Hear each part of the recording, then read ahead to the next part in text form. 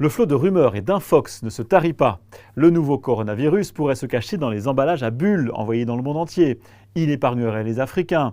Il pourrait se soigner avec du fenouil, de la vitamine C ou même de la cocaïne. Nous avons vérifié.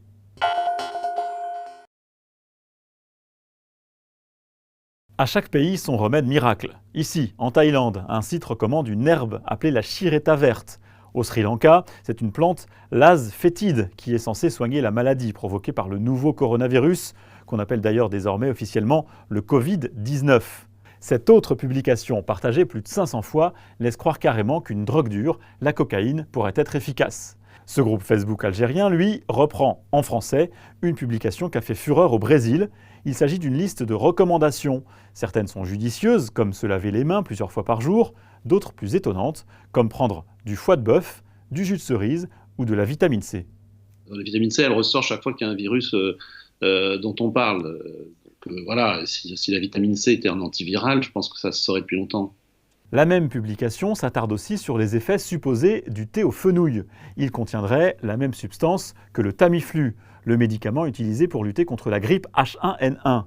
Une affirmation démentie par le laboratoire qui fabrique le Tamiflu. Et même si c'était le cas, il n'est pas prouvé que ce médicament contre la grippe est aussi efficace contre le Covid-19.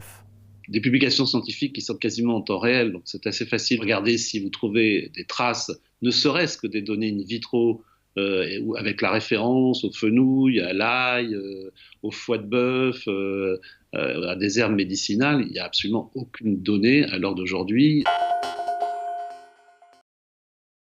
Cette autre affirmation a été publiée sur un site émis depuis le Sud-Soudan. Elle assure que la composition génétique du sang des Africains d'Afrique subsaharienne leur permet de résister à la maladie.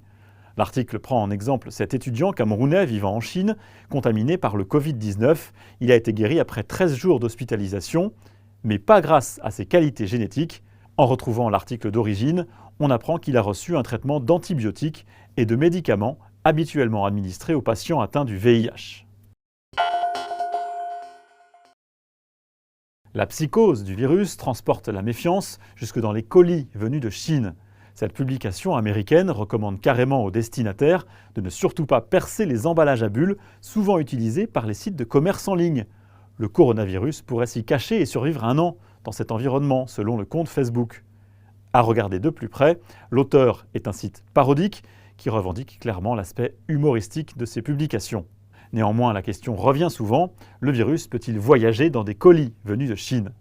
C'est une question qu'on ne peut pas boucler à 100%. Pourquoi ? Parce que ce coronavirus et ces coronavirus, on connaît encore mal leur capacité à survivre. On sait aussi que les virus, contrairement aux bactéries, ont besoin d'un hôte vivant pour survivre, c'est la deuxième chose, qui rend très peu probable la possibilité qu'on ait une contamination comme ça par un colis ou par un objet ou transporté, etc. La crise sanitaire autour du Covid-19 vire parfois à la psychose, une raison supplémentaire pour vérifier la fiabilité des informations que vous partagez sur les réseaux sociaux.